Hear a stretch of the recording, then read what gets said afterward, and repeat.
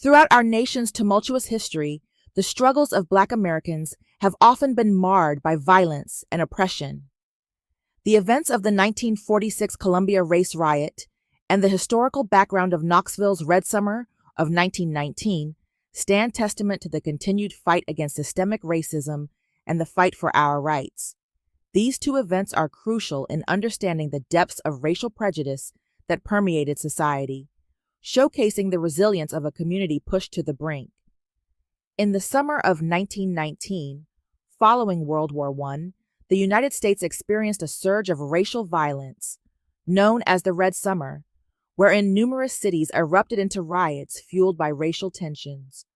One of the most striking examples of this chaos occurred in Knoxville, Tennessee, where a combination of returning Black veterans seeking their due respect and an entrenched white population feeling threatened led to tragic violence. The return of these veterans, who had fought valiantly for freedom abroad, exacerbated existing societal anxieties surrounding racial hierarchies. They returned with a newfound sense of empowerment, demanding equal rights and recognition. Instead of change, however, they were met with hostility and brutality. The climate of anxiety over Black advancement reached its crescendo in Knoxville, wherein a series of racially motivated incidents culminated in the loss of lives and properties. Black neighborhoods were targeted, and it is estimated that dozens of Black residents faced violence from mobs. This tumultuous time served as a consistent reminder of the lengths to which white supremacy would go to maintain its grip on societal power. Fast forward to 1946, Columbia, Tennessee, became the scene of another violent eruption, igniting the flames of long-standing racial tensions that were simmering beneath the surface. The catalyst was a minor altercation between a white serviceman and a Black soldier, a scenario all too familiar in the narrative of racial violence. What ensued was a brutal race riot, where businesses were destroyed, homes were set on fire, and the desperation of a community became palpable. Innocent lives were lost amidst this chaos, and once again, we witnessed a horrific display of racial injustice. In both instances, the resilience of the Black community shone through the shadows of hatred and oppression. We came together, united in our demands for justice, equality, and the affirmation of our humanity. These tragedies reflect not just moments in time, but the ongoing struggle for dignity and respect that has become painfully familiar. The anger and sorrow of our community over these past events could easily be dismissed as another chapter in a lengthy book of misfortunes and injustices. However, they are not mere historical footnotes. They are integral to our ongoing narrative. Today, as we explore the historical context of these events, we must recognize that they are interwoven into the very fabric of our collective struggles. The echoes of the Columbia Race Riot and the turmoil of Knoxville's Red Summer are not confined to history. They resonate within the ongoing fight against systemic racism that still permeates our society. Awareness is a crucial first step in unearthing these painful chapters and grappling with their implications for our communities today. Education about these riots is vital. It illuminates the patterns of oppression we have been subjected to, urging us not to repeat the mistakes of the past. We must inform future generations, ensuring they grasp the complexities of our history. We cannot afford to let these events slip into obscurity, as each time we bury our past, we fail to recognize the depth of our ongoing struggles. As we reflect on the Columbia Race Riot and Knoxville's Red Summer, we must channel our anger into constructive action. We are tired, but our fatigue fuels our resolve. Our voices must be heard loud and clear, demanding acknowledgement of our shared history and an earnest commitment to justice. We carry the weight of these events, and it is our obligation to ensure that they provoke reflection, dialogue, and ultimately change. Let us honor those who came before us, not just in remembrance, but by steadfastly advocating for a future free from the shackles of oppression. The legacy of the 1946 Columbia Race Riot and Knoxville's Red Summer of 1919 should ignite our determination to push for equity, fight for our rights, and cultivate understanding among all communities.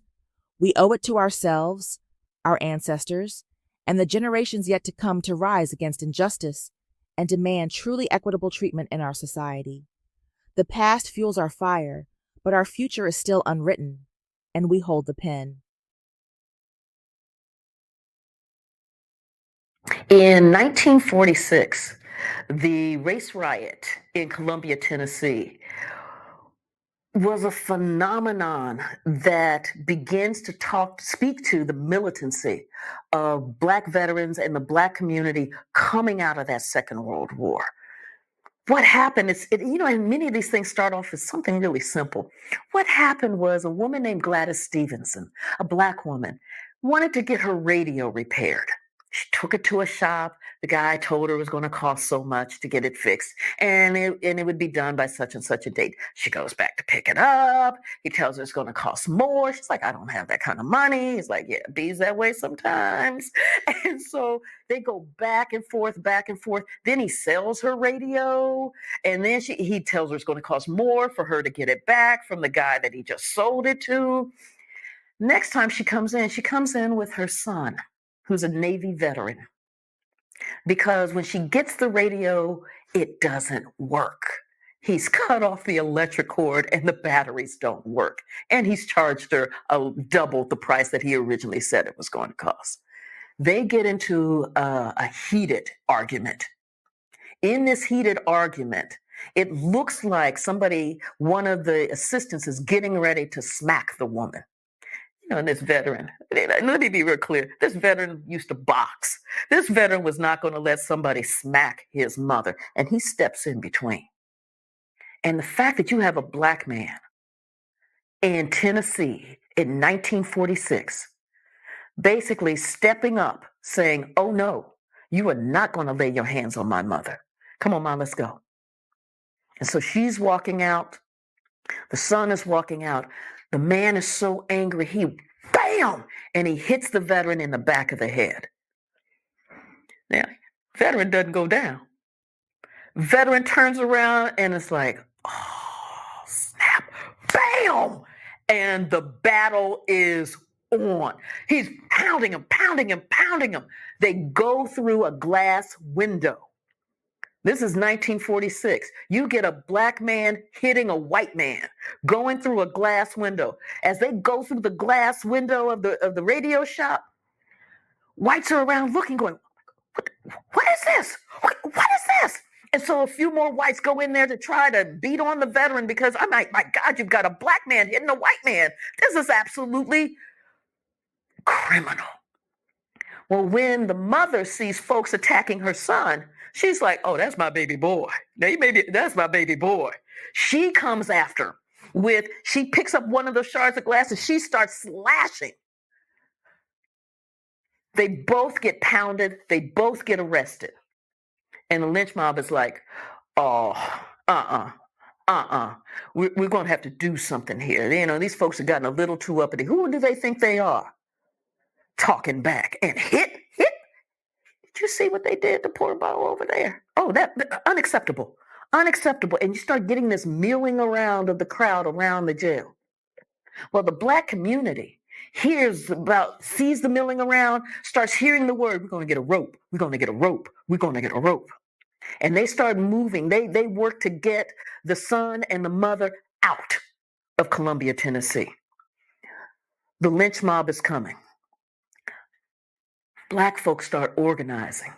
Because one of the things, we think of like Martin Luther King and nonviolence, but one of the things is that there has been a tradition in the Black community of self-defense. And so what they do is they get their shotguns, because remember, this is the South, everybody's got a gun. They get their shotguns, they get their rifles, they get their pistols, and they start taking up purchase on top of the buildings in the Black community, the area known as the Bottoms or Mink Slide. And so as whites start pouring in, And there was one guy, he was just going to burn down the black businesses. So, let me remind you of Tulsa, going to burn down the black businesses. And he comes in there with his buddies and a can of gasoline, and he starts trying to zigzag and pour the gasoline. And all of a sudden, the black guys on top of the roof start shooting. Bam! Bam! It's like, did black folks just shoot at white folks? Did we just get shot? Wait a minute. I'm wounded. I just got shot. What? So the wounded whites get pulled out, and it's like, oh my God, what are we going to do? And the crowd is coming. Now the sheriff is first in there going, okay, boys, now you just need to settle down. We'll handle this. And the crowd is like, no. Call in the Tennessee National Guard, the Tennessee State Guard. As they're coming in, as more whites of the mob are coming in, black folks are defending their property because there had been lynchings in that county before. They knew what this looked like. And this is 1946. You had veterans up on those roofs. They had taken down the Nazis. They weren't having it. For them, this was a new day. And even though they had been systematically cut out of the GI Bill, and part of that, let me describe that piece, being cut out of the GI Bill. It was passed in 1944, and it opened up a range of opportunities to veterans. It opened up housing opportunities, so through the VA loans. It opened up education, so a full ride through college for veterans.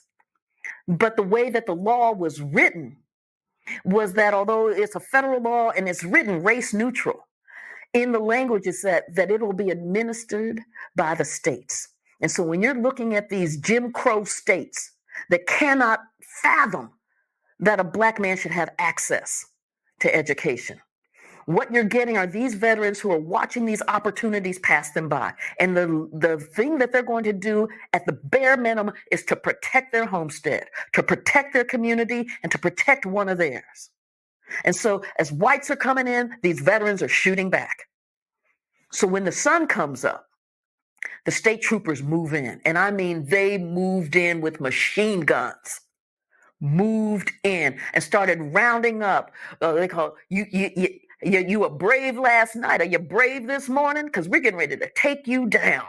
At the very end, you get beatings, shootings. About 25 African Americans are arrested for attempted murder. Now, I see self-defense. What Tennessee saw was attempted murder for shooting at the guys who were trying to burn down the black neighborhood, for shooting at the mob that is trying to go in and destroy the black neighborhood. Well, these Tennessee stormtroopers basically did that as they went rummaging through the black business section, looking for the guns, looking for the rifles. Well, they weren't finding too much. And none of the ballistics were matching up. But in the trial that happened, I mean, the trial itself becomes fascinating because as the lynch mob is forming and as it's very clear that the bullets are flying, somebody calls into Nashville and says, alert the NAACP. We're in trouble down here. The NAACP then sends its attorneys to help these 25 black men who have now been arrested for attempted murder, charged, indicted for attempted murder. The defense was absolutely brilliant. I mean, brilliant. Z. Alexander Luby, who was the black attorney out of Nashville, one of the first things he did was to begin to challenge the jury. You know, what they call that voir dire process, where it's like, do you have any biases against black folks? Do you really think that you can be fair and impartial? No. Next. Do you really? Next. Are you a member of the Klan? Well, yeah. Next. I mean, and so to find them, you can't make this stuff up. So by the time they were able to get 12 jurors who could be impartial, and then because the state's case was so weak, they didn't have the evidence. And Z. Alexander Luby is arguing, this is self-defense. This is one of the basic rights that we know of as Americans. We honor this. We cherish this. In the first round, 23 of the 25 men were found not guilty. Yeah. Now you had the other two. Thurgood Marshall from the head office of the NAACP comes down to take part in this case for the final two. They again laid out a brilliant, beautiful strategy. It so infuriated the law enforcement folks in Columbia, Tennessee, that what they did was, after the end of the trial, Z. Alexander Luby, Thurgood Marshall, who would become the first Black Supreme Court Justice of the United States, and two other men are in a car, and they're leaving Columbia. And they're like, whew, man, that was, almost like, yeah, that was bad. Yeah, okay, this is good. Cops pull them over. Well, they think it was the cops because they were in plain clothes, and the cars were unmarked. But when you get that kind of, they're close behind you, so they pulled over. First thing they did was they're looking in the car for open containers, convinced that somebody's been drinking. They went and bought some Coca-Cola at the local store, but they weren't drinking hard liquor. There's no booze in the car. So cops get in the car. Oh, man, didn't find any moonshine, didn't find any wine, didn't find any whiskey. They drive a little bit further. Cops pull them over again. Let's see your license. They ask Thurgood Marshall. Thurgood Marshall hands over his license. Man, it's not expired. There's nothing wrong with this license. Man, there's nothing we can get him on. He gets his license back, drives a little bit further. Then cops pull him over a third time. In this third time, they're like, you're driving drunk. It's like, I've had some water and I've had some Coca-Cola. Yeah, you look drunk to me. Get out of the car. They pull Thurgood Marshall out of the car, throw him into their car. Now, there's a white guy in the car named Harry Raymond. And he looks up and he's like, wait a minute. They're not going back to the city to arraign him or to arrest him or anything like that. They're driving off into the woods. So he hops over and he starts following the cars that have Thurgood Marshall in them. They look up, they turn right, he turns right. They turn left, he turns left. They slow down, he slows down. They speed up, he speeds up. And he's thinking, they're going to lynch him. They're taking him off into the woods to lynch him. They're going to lynch Thurgood Marshall. My God, they're going to lynch Thurgood Marshall.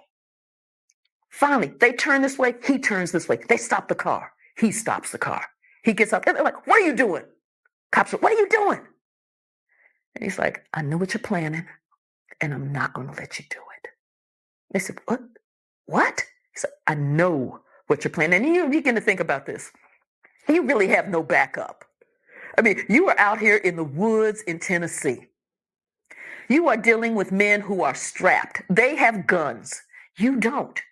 This is nothing but the sheer raw courage of principle and doing what I'm not going to let you do it. They're like, fine. When they tried to then get Thurgood arraigned for, but they don't actually turn him over. They turn back around and go to the city. And then they try to arrest him for drunk driving. Judge looks at him and said, this man's not drunk. Come on, y'all. Dismissed. Let him go. But in that one moment, you in fact see so much about the role of law enforcement in the South that doesn't enforce the law. Another strain of law enforcement is like, come on, y'all. There's some element of the Constitution we have to uphold. So you're looking at this really contested terrain. And in the middle of this contested terrain, you have African Americans who refuse to go into their place, who refuse to just stand there and take it. and who refuse to just abide by the old ways because they're like, no, this is a new day. And it's that new day that I think really is emblematic of the race riot in Columbia, Tennessee.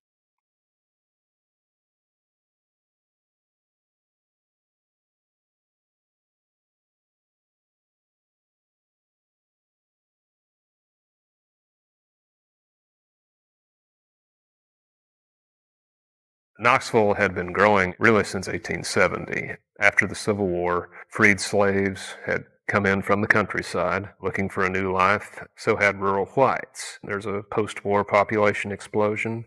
And Knoxville takes off briefly as a poster child for the New South. And for some of these whites coming in, it's the first time they've ever worked beside a black person. They're living, some of them almost side by side.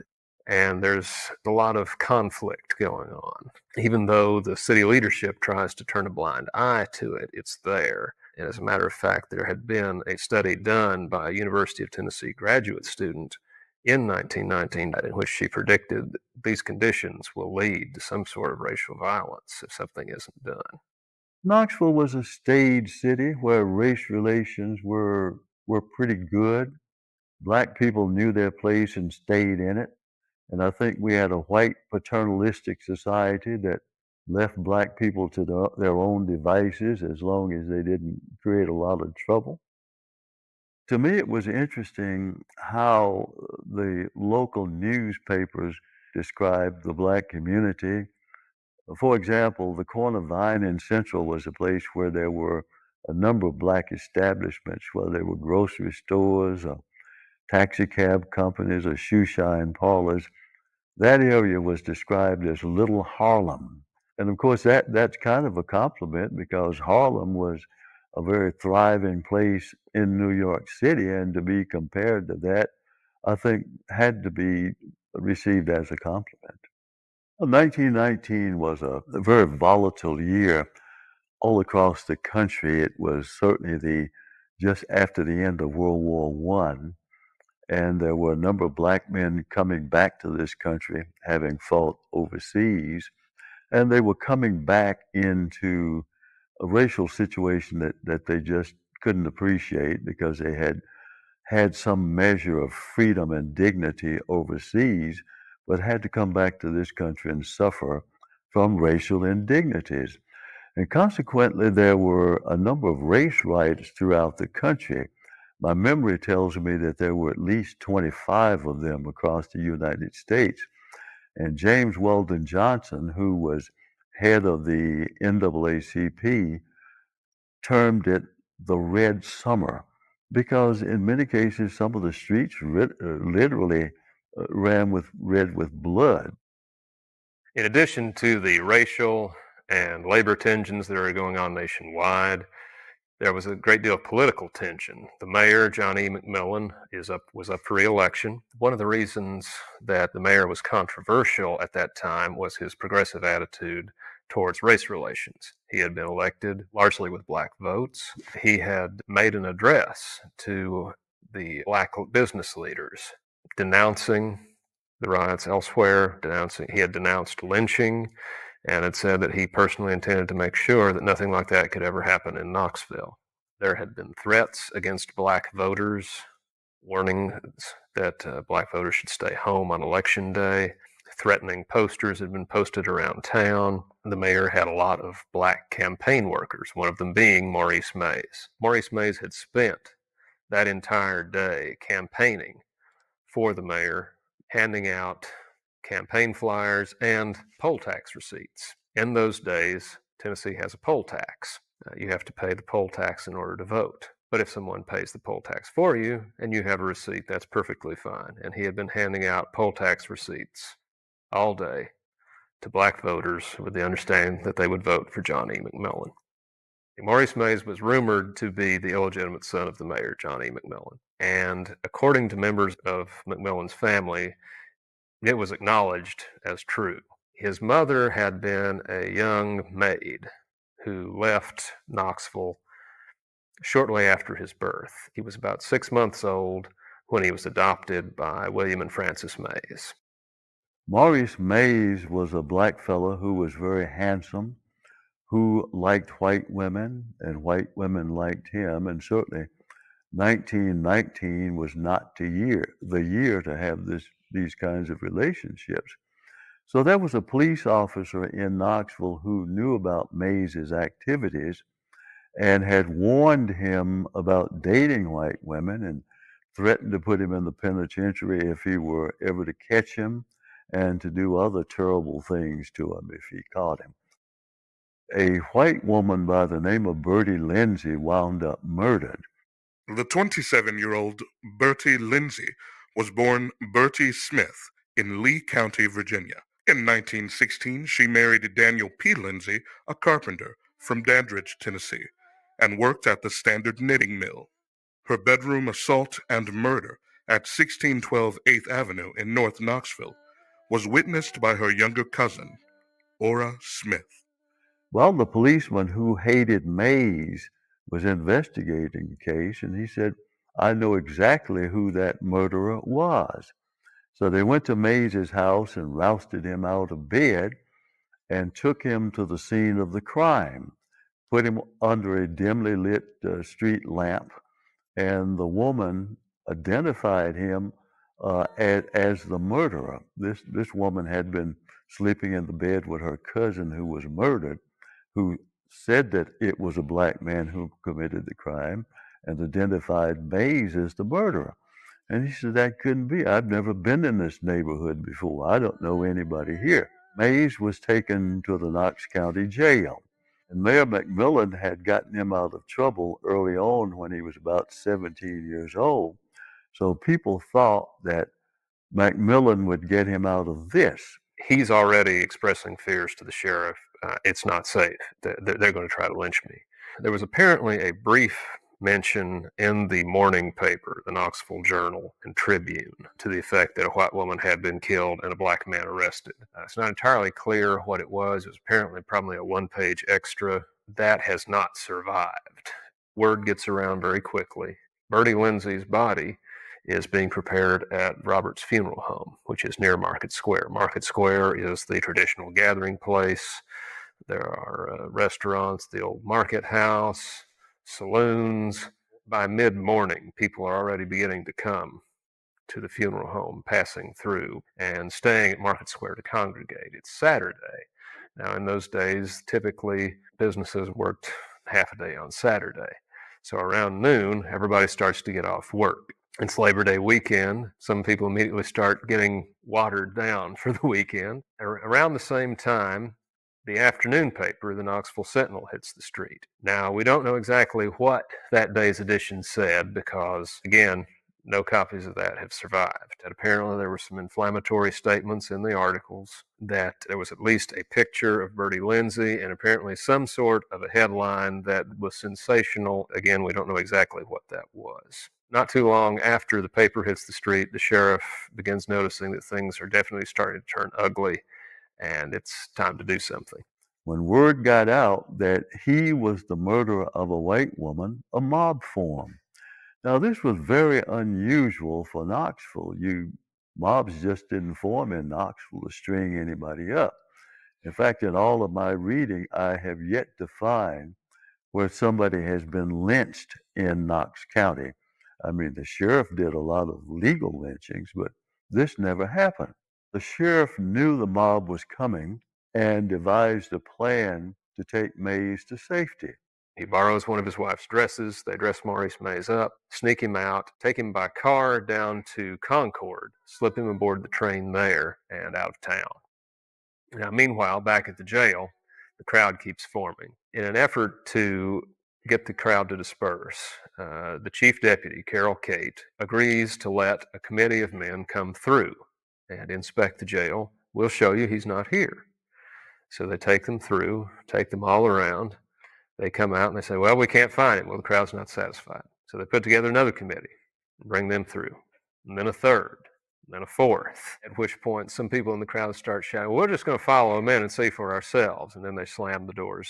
In between the searches, Jeff Claiborne, one of the ringleaders, has made his way up to Market Square. There's a bigger crowd forming up there. Some of these are people who've been to the funeral home. Some of them are people just drinking, getting ready for the weekend.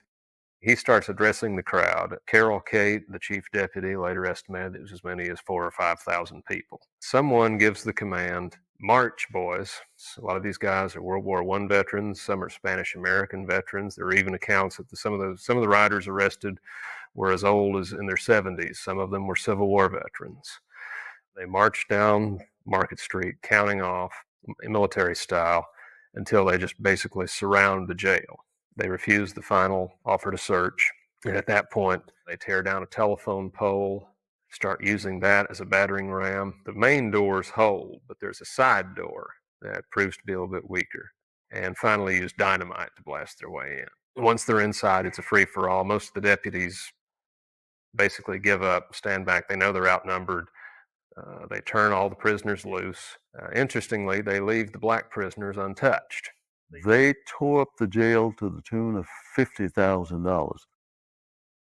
And that was a lot of money in 1919 to have to suffer that kind of damage. They drank up all the confiscated moonshine whiskey and other whiskeys that were there and got drunk and left the jail vowing to kill every black person they saw in revenge. The National Guard was summoned. By the time the soldiers do arrive, they're still outnumbered by the crowd. The adjutant general addresses the crowd, tries to reassure them that justice is going to be done. You might as well go home. That doesn't work. There's an expectation in the black community that this is going to be taken out on us. They've found Maurice Mays to blame, but they're going to blame all of us. But the black community was aware of this, and men who were in gun clubs and who were hunters decided to meet the mob head on. So there were a number of men returning from World War I, and they just said, "We're not going to take this anymore." They perhaps before that time bit their tongues and put up with it, swallowed deeply and put up with it, counted to 10 and put up with it. But having fought in that war, they decided, we're just tired of this stuff and we're just not going to take it anymore. And I think that was the difference. When the rumor reaches the mob that black men are holding up white people at Vine and Central, which was not true, there's no evidence that that was happening, the mob surges up Gay Street towards Vine, and the Guard joins them. They later said they were restoring order. Basically, they were just siding with the whites. The mob starts breaking into stores all along Gay Street and the surrounding streets, stealing guns, knives, baseball bats, any type of weapon they can get their hands on. They surge out toward Vine Street. The whites are basically amassed up here at Vine and Gay. Down at Vine and Central, in the black community, they have made siege preparations. They've shot out the street lights. There are reports that there was furniture, box crates, that sort of thing, stacked in the streets to create barricades.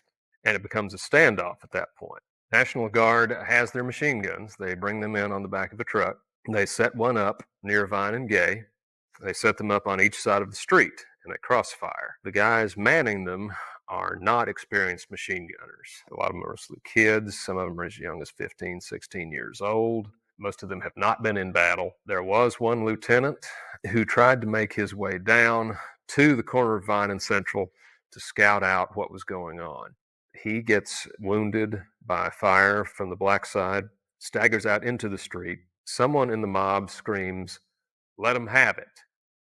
And at that point, one of the machine gunners panics and basically just starts spraying the street with bullets. He's caught in the crossfire and almost literally sawn in half. And it takes several minutes for the officers to get the machine gun crew back under control. The main fighting near Vine and Central lasts for several hours, at least up into the morning of the following day. There was fighting all along Central Avenue, which was essentially the border of the black community. People were fighting on the bridges. There are accounts of the black men trying to literally charge the machine gun nests, World War I over the top style, and being mown down. At some point during the battle, it starts to rain. The general description from both sides was that Vine Avenue was a river of blood. The real toll is probably never going to be known. The official count was first 5, then 2. One casualty being Lieutenant Payne, the other being Joe Etter, a black Spanish-American veteran storekeeper who was acknowledged as one of the leaders on the black side. How many more? There are all kinds of accounts. Every time I hear the story, somebody has added something to it, and it gets so ridiculous. For example, I heard from somebody else that when they were building the city-county building, that they unearthed this mass grave, and somebody said it was from bodies from the race riot of 1919. I've heard that. And I've heard so many stories about it that really just don't add up. And so the more people hear about it 20th hand, the more the story is embellished. Knoxville is under basically martial law for the next few days, pretty much through the Labor Day weekend. Mayor authorizes special deputies, dozens of people deputized, issued guns, and asked to basically patrol their communities. There's some question as to how much order the special deputies actually kept and how much disorder they actually started. There were rumors in white communities of invasions by roaming bands of armed black men. Same thing happened in the black community, accounts of roving bands of white men running around. The phone rang off the hook at the police department for the next few days with reports of all these things, and majority of it was not true. Most of the guns taken during the break-ins on Gay Street never came back. The owners went so far as to run huge ads in the newspaper saying, "Please return our guns and you won't be prosecuted. No questions asked." But they never got it back. There was a trial. There was actually more than one trial. There was a mass indictment. There were 55 men and women, all of them white, ultimately arrested and charged with some role in the riot. All but 5 were acquitted. Charges against 3 were dropped before it ever got to the jury. The jury deadlocked on 2 men. Neither served more than a year's jail time. Maurice Mays is brought back to Knoxville. He was given a fairly sizable defense team of court-appointed lawyers. Chief counsel was Reuben Cates. There was William Yardley assisting. He also had 2 other lawyers, but Cates was the chief counsel. Prosecution was handled by the local district attorney, Rufus Minot. Within about a month or so of the riot, the jury deliberated about 18 minutes before finding him guilty of murder. The defense at the first trial made the effort to introduce testimony from some white women who were willing to testify that they had been assaulted in the same fashion as Bertie Lindsay and Ora Smith after Maurice Mays' arrest. The judge refused to allow that. That number would increase in later years. The attacks on women continued long after his arrest. Maurice Mays could handle the English language very well. And in fact, when he was in prison, he wrote a number of letters to people across the country asking for support. He wrote poetry. There were people like James G. Beck in Knoxville, a prominent black person, who asked for help from the National NAACP to help them raise funds to help Mays with his defense. The NAACP had problems all across the country because there were at least 25 cities in turmoil with these race riots. And of course, there were other problems that the NAACP was concerned with. There were many, many lynchings in the United States that they were concerned with. So they just didn't have the money to share, even though there were a number of appeals from Knoxville to help the situation. But what intrigues me more than that is that there were prominent black men in Knoxville who had money, who could have contributed to the cause, but they did not. And I don't know whether they were intimidated whether they thought there would be repercussions if they contributed to the cause. And the pastor at Mount Zion Baptist Church, who was heading up the fundraiser, said he didn't understand it either. He said there are these people of means, but they are as silent as clams. He's tried once, he's convicted. The judge gives the verdict his hearty approval and sentences Maurice Mays to death. By the second trial in 1921, the number of women who are willing to testify that they've been attacked in the same manner after Mays's arrest has increased to 15. And that includes one woman who says that the man stuck a gun in her face and said, "Lay still or I'll kill you like I did that Lindsay woman." Again, the judge refuses to allow that testimony. Again, he's convicted. Again, the defense appeals.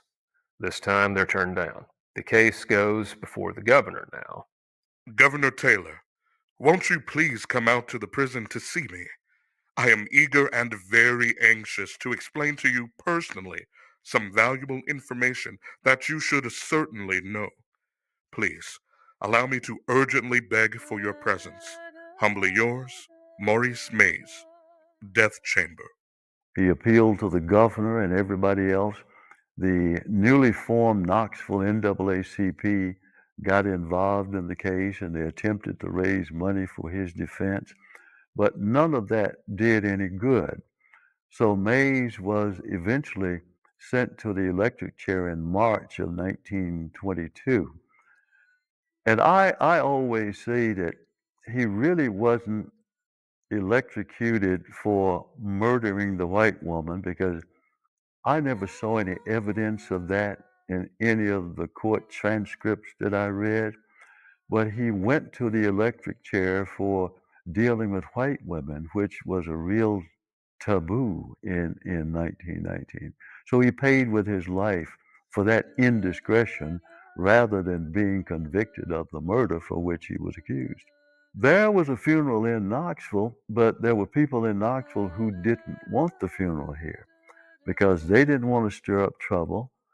Finally, the pastor at Logan Temple, AME Zion, where his parents were members, agreed to conduct the funeral. When he got up to do the eulogy, he said, "You've all read the obituary. You know the story of the decedent. Undertaker, take charge." And that was basically the sermon at the funeral. Now, thousands of people attended. They walked past the casket, both blacks and whites. What's happening in the first 2 decades of the 20th century to make it such a fertile moment for racial violence, mob violence of all kinds? The violence of the early 20th century seems to become almost predictable.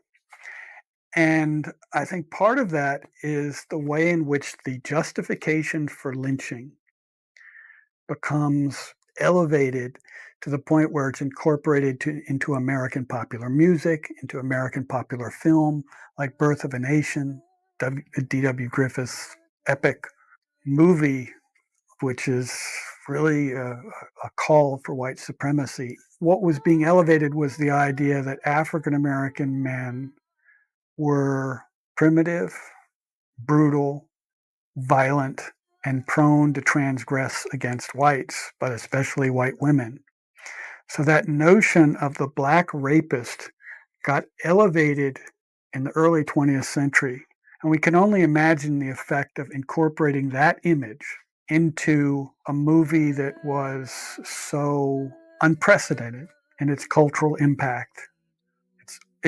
There's no way we can come up with a contemporary analogy. Birth of a Nation provided an incredibly visceral film rendition of the black threat. And that's 4 years before Knoxville, 4 years before the Red Summer. In From Race Riot to Sit-In, Arthur I. Waskow categorized Knoxville's Red Summer with Omaha, Nebraska's unrest as a particular form of violence. The Jailhouse Riot. The two jailhouse riots of 1919 had a number of peculiar features. Both were connected with local political rivalries and the control of underworld activities. Both originated in anger at a black man accused of rape. Both were stopped before the initial incident could turn into a full-scale riot between the races. And both events were a combination of an insurrection against state authority and a pogrom against the black community. In Omaha, Nebraska, the accused William Brown was successfully kidnapped by the mob, shot, lynched, burned, and left on display at a major intersection. Certainly, and without any uniqueness, Knoxville, Tennessee was well on its way to a similarly shameful exhibition if events were left to run its intended course. I don't think here in Knoxville it really rose to a race riot as it did in some other cities, but there certainly were clashes in this city that would lead one to think that Knoxville had a race riot. It shattered the belief and feeling that Knoxville had great race relations and things like that that happen elsewhere couldn't happen here. We've never had a lynching in Knox County. We just didn't have those atrocities that happen in other places. What I think and what we've been trying to do for a number of years is to have the governor of Tennessee to clear Mays's name, because it's obvious to all who read the case and who understand it know that the man was not guilty of that crime. And we've worked with, I think, 3 governors now attempting to get that done, but we've been very unsuccessful.